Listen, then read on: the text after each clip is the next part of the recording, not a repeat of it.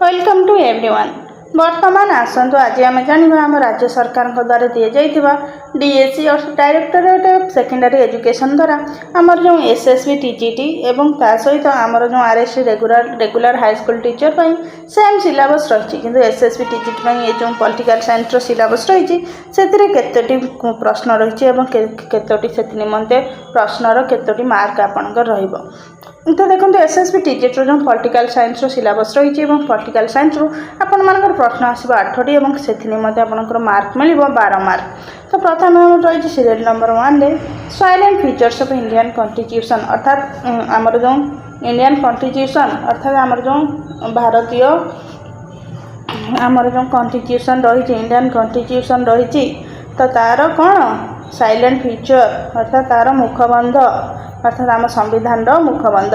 तो then serial number 2 रही preamble अर्थात प्रिएम्बल। तो देन आम रही फंडामेंटल राइट्स आमर मौलिक अधिकार। तो then directive principle of state policy राष्ट्र निर्देशात्मक नीति फंडामेंटल ड्यूटीज राष्ट्र निर्देशात्मक जो आम जो राष्ट्रपति कर्तव्य रही। तो देन सीरियल नंबर 3 रही आमर यूनियन गवर्नमेंट अर्थात आमर केंद्र सरकार क्या नहीं गठित। देखो ये रही प्रेसिडेंट अर्थात आमर प्रेसिडेंट कहले आम राष्ट्रपति बुझुचे। तो ये राष्ट्रपति चयन प्रक्रिया सबकि डिटेल्स अर्थात राष्ट्रपति चयन बहिष्कार कार्यावली क्षमता सबकि जाऊँगी। तो देन प्राइम मिनिस्टर प्रधानमंत्री काउंसिल ऑफ मिनिस्टर। तो देन पार्लियामेंट आमर जो संसद एंड सुप्रीम कोर्ट बोलिक कहले आमर जो सर्वोच्च न्यायालय रही। आमर जो देश चलुची 3टी सेक्शन को लेकिन चलुची गोटे हूँ आमर कौन प्रेसिडेंट आ गोटे हूँ कौन आमर जो पार्लियामेंट रोची। तो प्रेसिडेंट पार्लियामेंट ता सहित आमर न्यायिक व्यवस्था अर्थात आमर जो कार्यपालिका व्यवस्थापिका और न्यायपालिका को लेकर आमर देश चले। ठीक से हीपरी आमर सीरियल नंबर 4 रही विशेषकर ये जो लेखाटा यहाँ ठीक से देखा जाऊना कि हेल्ले जना पड़ चुप। देन सीरियल नंबर 4 रही स्टेट गवर्नमेंट अर्थात आम राज्य सरकार गवर्नर कहले राज्यपाल चीफ मिनिस्टर होते मुख्यमंत्री काउंसिल ऑफ मिनिस्टर अर्थात आम जपरी माने आमर यूनियन काउंसिल ऑफ मिनिस्टर रही स्टेट काउंसिल ऑफ मिनिस्टर रही। देन लेजिस्लेटिव असेंबली आमर जो विधानसभा रोची विधान परिषद रोची से सब। तो देन हाईकोर्ट अर्थात आमर जो उच्च न्यायालय रोची। तो देन आमर 5 नंबर सीरियल आसले लोकल गवर्नेंस अर्थात आमर जो स्वायत्त शासन व्यवस्था रही अर्थात आंचलिक स्तर में जो शासन व्यवस्था रही लोकल कहले आंचलिक गवर्नेंस शासन व्यवस्था आमर आंचलिक शासन व्यवस्था। अर्बन एंड रूरल अर्बन कहले आमर ग्रामांचल शासन व्यवस्था देन रूरल कहले सहरांचल शासन व्यवस्था। अर्बन कहले आमर जो आसूची आमर ग्राम पंचायत आसूची ब्लॉक आसूची जिला परिषद आसूची। देन रूरल कहले आमर जो म्युनिसिपालिटी आसूची न्याक आसूची। तो यही सब।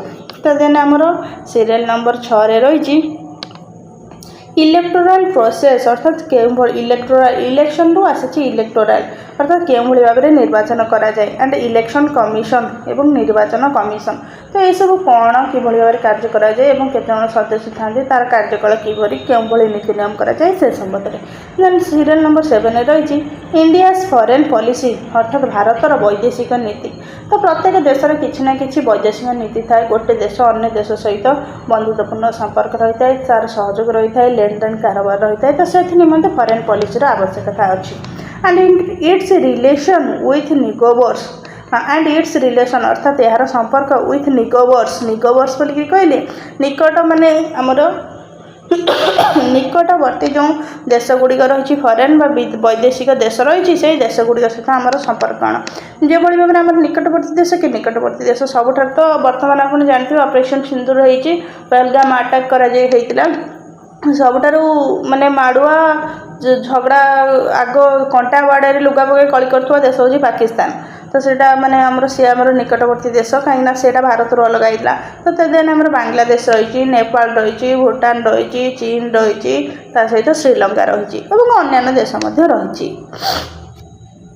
सीरियल नंबर 8 रही यूनाइटेड नेशंस अर्थात आमर जो जातिसंघ रही जनरल असेंबली साधारण सभा सिक्यूरिटी काउंसिल अर्थात जो आम सुरक्षा परिषद एंड ह्यूमन राइट्स अर्थात मानवाधिकार जनरल असेंबली जो साधारण सभा सिक्यूरिटी काउंसिल अर्थात निरापत्ता परिषद और ह्यूमन राइट्स अर्थात मानव अधिकार आमर जो जातिसंघ रही 1945 जो क्रिएशन होता जातिसंघ कहीं क्रिएशन होता तार उद्देश्य कौन और मानवर अधिकार संपद में से क्यों कार्य करे और सुरक्षा संपर्कित क्यों कार्य करे समस्त तथ्य रही। तो देन आम सीरियल नंबर 9 रे सीरियल नंबर 9 रे सोशलिज्म अर्थात समाजवाद लिबेरालिज्म उदारवाद देन डेमोक्रेसी अर्थात आमर जो गणतंत्र देन अथॉरिटेरियनिज्म दैट मीन्स आमर जो एकछत्रवाद वेलफेयर स्टेट जनमंगलकारी राष्ट्र एंड ग्लोबलाइजेशन अर्थात जगतीकरण अर्थात सोशलिज्म जो समाजवाद राष्ट्र कि समाजवाद राष्ट्र कर्तव्य समाजर माने उन्नति प्रति प्रथम दृष्टि कर लिबरालिज्म उदारवाद माने अर्थात जो लिबर्टी अर्थात स्वाधीनता उपर अधिक गुरुत्व दी था डेमोक्रेसी गणतंत्र बोली कहले जनता शासन गणकर शासन जो प्रतिष्ठित आमर भारत गोटे democratic India is an democratic Republic okay मैंने अथॉरिटेरियनिज्म अर्थात चाइना कौन एकछत्रवाद कहीं गोटे सरकार रही सेठारे वेलफेयर स्टेट अर्थात जनमंगलकारी राष्ट्र एंड ग्लोबलाइजेशन अर्थात जगतीकरण द्वारा कौन हो जगतीकरण द्वारा गोटे देश आउ गोटे सहित संपर्क स्थापन होची सहित वाणिज्य व्यवसाय ता सहित बंधुत्वपूर्ण भाव वृद्धि पाउची एवं अर्थनैतिक उन्नति रही। 10 नंबर में आमर जो इंडियन फिलोसोफर्स जो मान रही से रही कौटिल्य कहले आम जो चाणक्य को बुझी था चंद्रगुप्त मौर्यंकर से मंत्री थे सहित चंद्रगुप्त मौर्य को से माने प्रशिक्षण करी गोटे विशाल मगध साम्राज्य सृष्टि करते सहित चाणक्य कौन करते बहुत किसी तथ्य लिखि जाइछन्ति जहाँकि मान चाणक्य नीति भाव में प्रसिद्ध। Then Raja Rammohan Roy Indian Renaissance जहाँ कहुए राजा राममोहन राय। तो देन बाल गंगाधर तिलक कहते स्वराज मोर जन्मगत अधिकार मुझे हासिल करके रही। स्वामी विवेकानंद सारा विश्व में भारतर वाणी को प्रचार करते। देन महात्मा गांधी संबंध तो समस्त जना अच्छे से जातिर पिता थे और किभली भाव में भारतर स्वाधीनता आंदोलन में अवदान रही।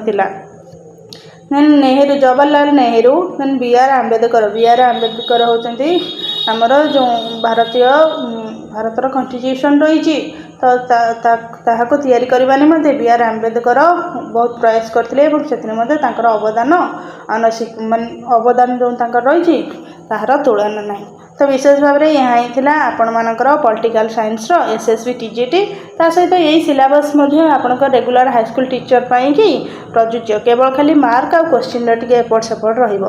तो जदि आपण मानक आम क्लास टी भल लगी तेरे ताल चैनल टी को लाइक शेयर सब्सक्राइब करंतु। तो नेक्स्ट वीडियो रे यही एसएसबी टीजीटी एवं अन्य समस्त टीचर जॉब एग्जामिनेशन ता सहित आम ओडिशार जहाँ कॉम्पिटिटिव एग्जामिनेशन ता सहित जो एनसीईआरटी पिला मानकर क्लास रही से समस्त क्लास प्रोवाइड करा चैनल टी को लाइक शेयर सब्सक्राइब करंतु। धन्यवाद।